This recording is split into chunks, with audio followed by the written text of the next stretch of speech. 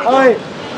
Tao! Nakikiusap ako sa inyo. Huwag niyo akong tuturuan. Huwag niyo akong May sakit tuturuan. ako eh. Nakikiusap ako sa inyo. Nakiusap po kayo na maayos. Kunin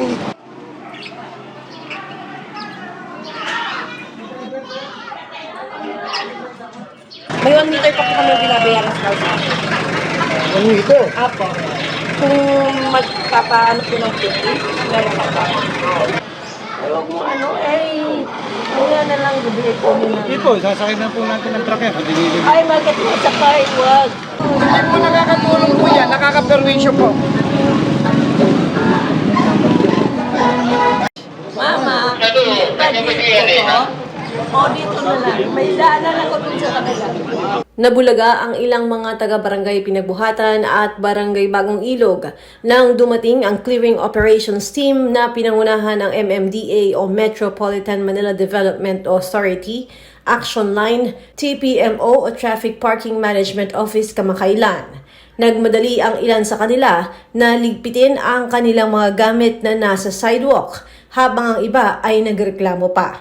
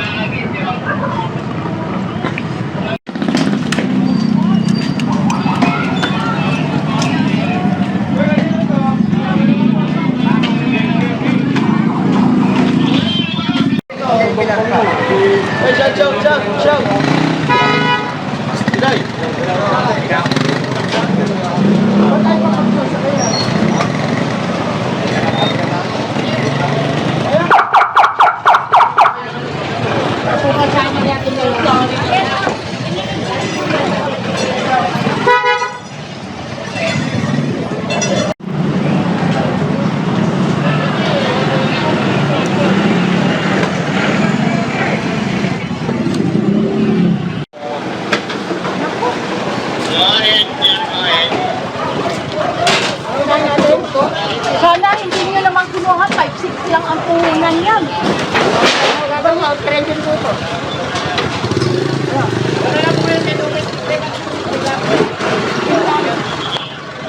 Pasukin nyo yung skin nila dito.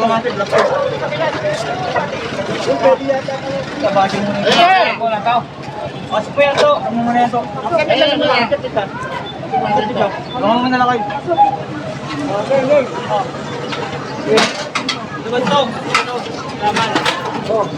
Kapalat na. Sir.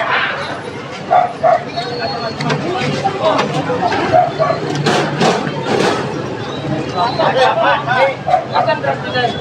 Asan ka po? Asan ka ba? Ay, paano na lang? Hindi ko lang kay direkto yung group. Hindi ko nakakala to.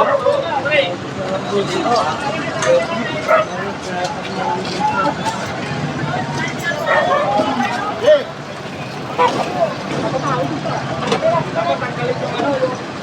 Kaya sumabit sa wemen. Sabi to. Ito, mababa na ulit dito. Dito,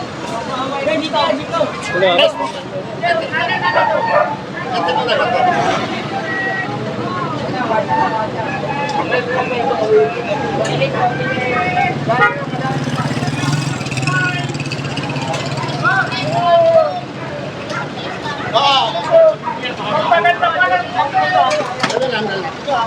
Hoy!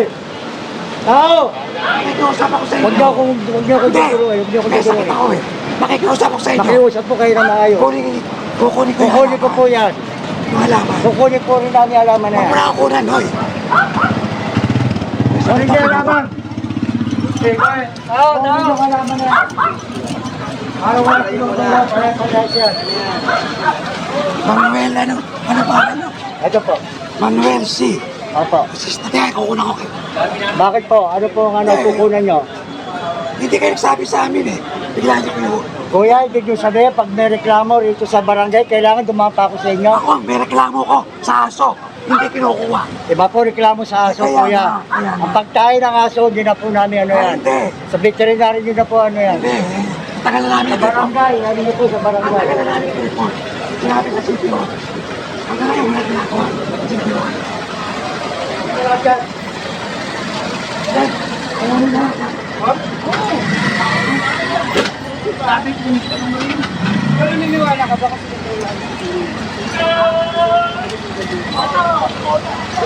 Hidira yung hidira. Aba, dito mo!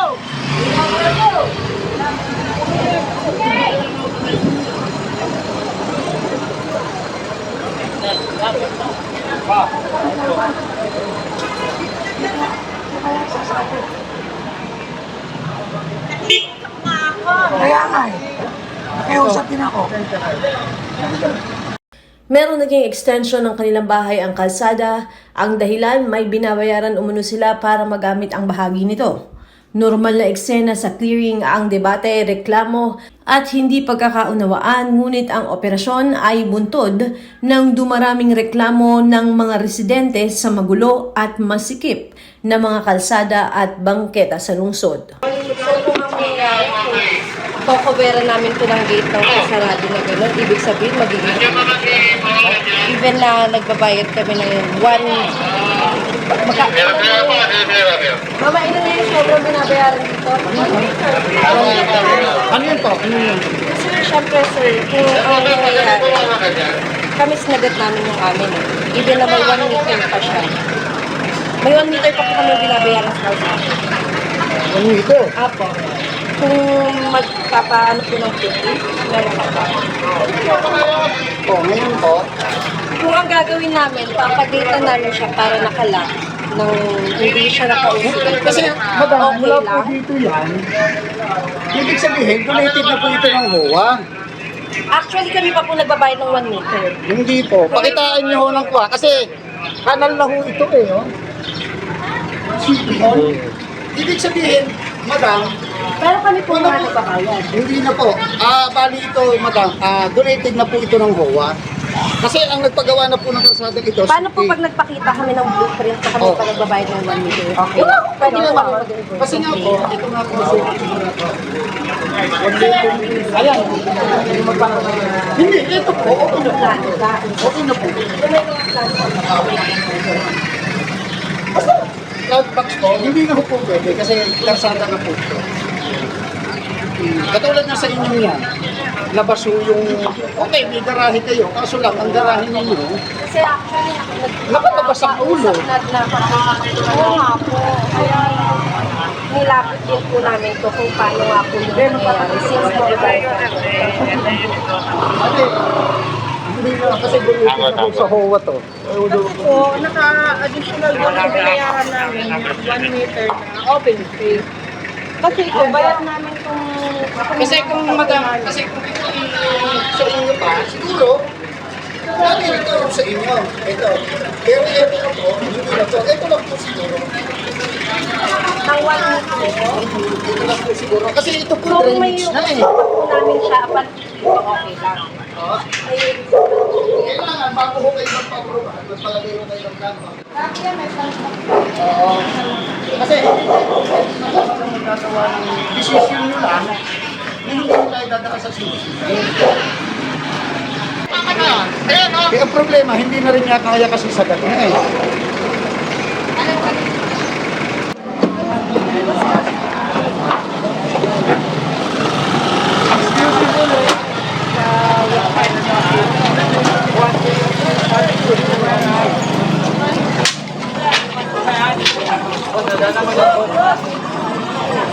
Tabi, may dadaan.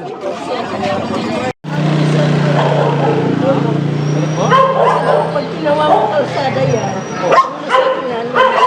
Hindi po nakaka-obstruct po at delikado ito. Sa mga tumataan. Yun, lalakad po tayo. Huwag mo ano, kaya na lang bibili ko na. Hindi po, sasakay na po natin ng truck yan. Patigilin. Ay, bakit mo sa kahit wag? Clearing po kami, trabaho po namin yun. Oo, taga-LTO na naman yung usapan. Ah? So, kausapin ko na. Sino po? LTO Pasay. Opo. Kami po, ginagawa lang po namin trabaho namin, ha? Kaya nga nakikiusap ko. Hindi po, ngayon na po gagawin po yan. Hindi po namin pwede talikuran mo lang yan. Ay, Kami po masusunod. Oo. Hoy, sabi niyo po sa ano po. Hindi po nakakatulong po yan, nakaka-perwisyo po.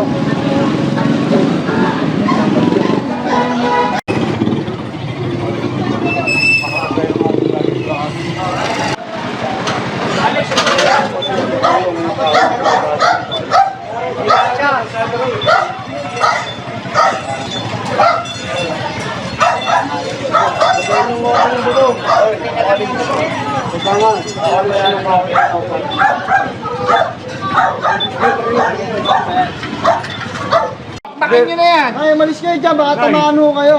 Sige, sige. Sige. Bawasan kaya natin yung yero. Sige, angat na lang natin. Hoy, angat na lang natin dun, oh. Ay, Makapasok lang yung bubungan. itatangat na lang po. Pag tutulong-tulungan na lang, baka sumama po lasa nyo.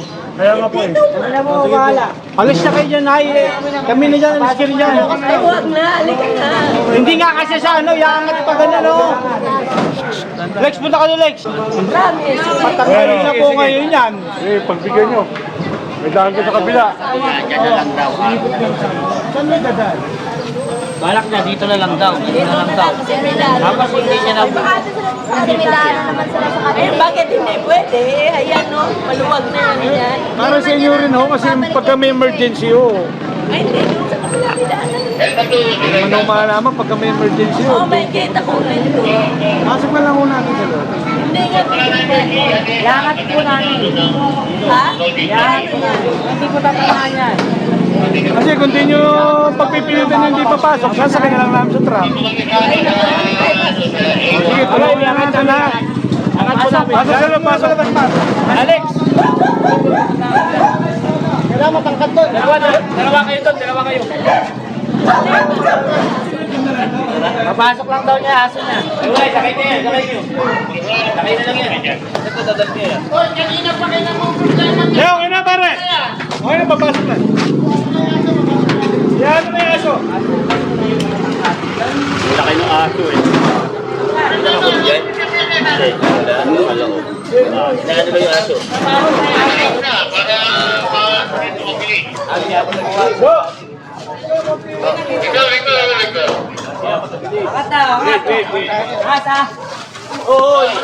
Sige, di ba yung kiraya? Yan. Oh, di ba? Kasi kanina pa eh.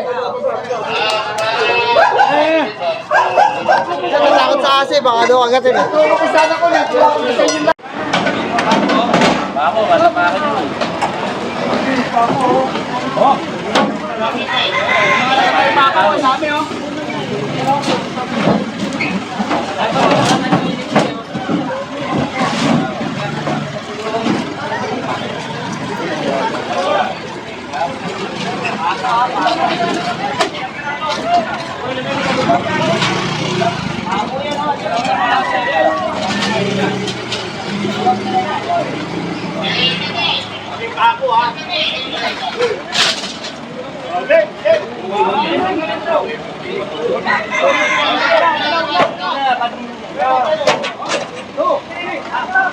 Oh, ingat ha, ingat, ingat.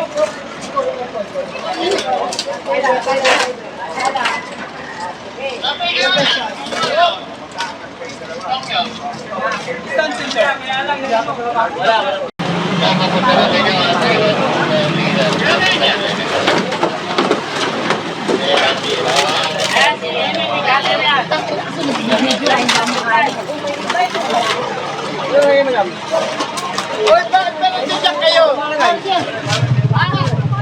Ay, saan pa ba? May wire din dyan? May wire din?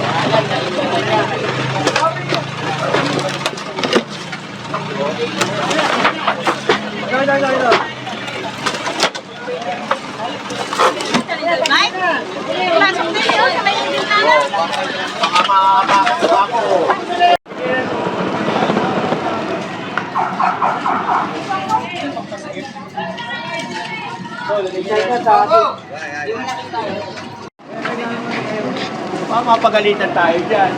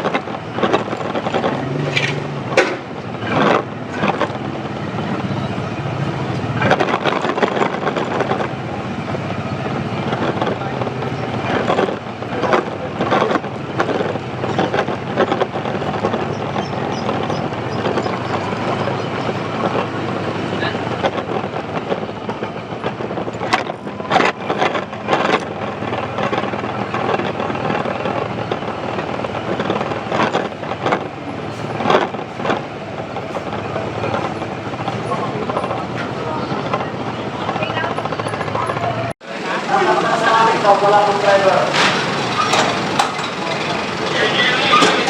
Sige, salamat. Wala pong mayari.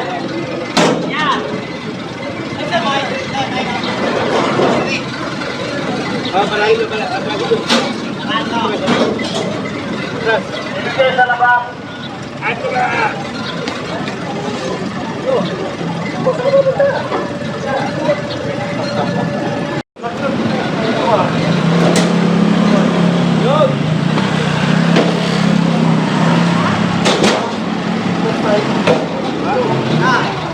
Pag wala pong driver, itatagap po natin yung mga ito. Yung 4 wheels, pag wala driver, itatagap po.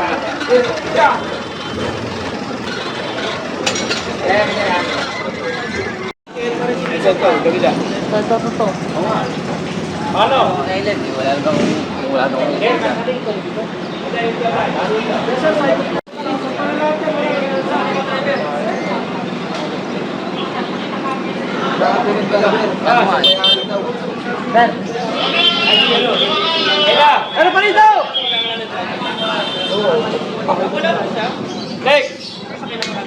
Ha? Balik! Plus! Saan dadalhin mo siya? Paano? Ito Thomas TPM. Santo Thomas TPM mo? Santo Thomas TPM mo daw dadalhin. Ayun, inikawit yun. Ayan. Dito. Uy. Ayaw, pangbuti ah. Kaya today, tomorrow. Hindi isa no? Kaya nga. Oh. Hindi ito. Ha? Pero na? Asan? Hindi ko napicturean ko eh. Installation naman doon pre. Yeah, buhat ka po.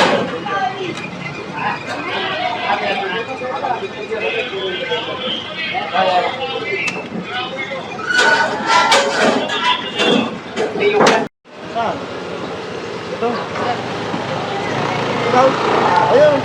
Dito. Driver yung akin na.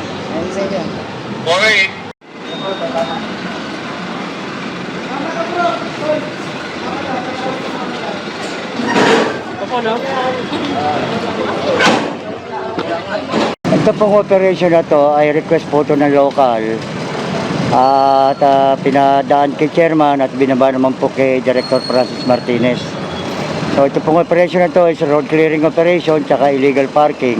Kaya po kasama po natin ang TPMO tsaka itong aming traffic enforcer na galing sa motorcycle unit. Para po sila ang ng mga ka-illegal parking para naman po lumawag itong ating kakalsadahan at madaanan naman po ng maayos. Ang sabi naman po ito, road clearing operation, lahat po ng nakasagabal sa bangketa na atin naman po kinakausap para po maalis nila.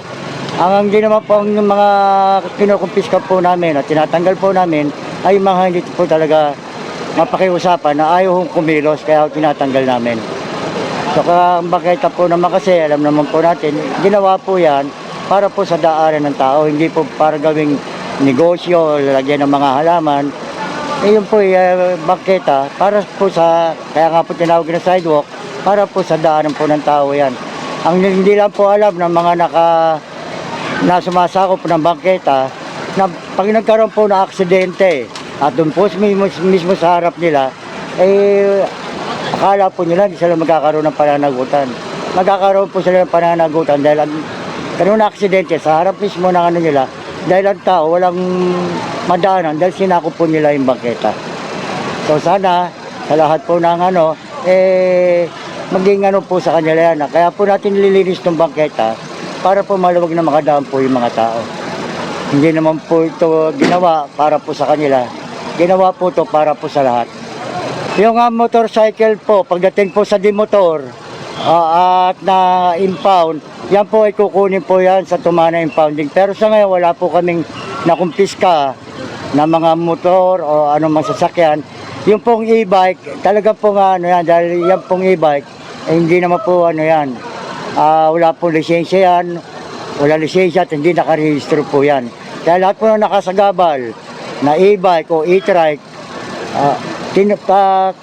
kinukumpiska po namin at dinadala sa Ortigas.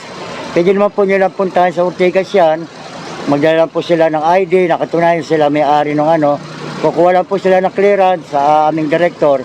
Pag nabigyan naman po sila, i-release din naman po kagad yan. Inaasahan ang muling pagkakasa ng clearing operations at babalikan ang mga kalsada sa lungsod upang masiguradong wala ng balakid sa mga bangketa o hindi naman kaya mga illegally parked vehicles sa mga kalsada. Ako si Luan Peñano para sa latest ng iNews Pasig.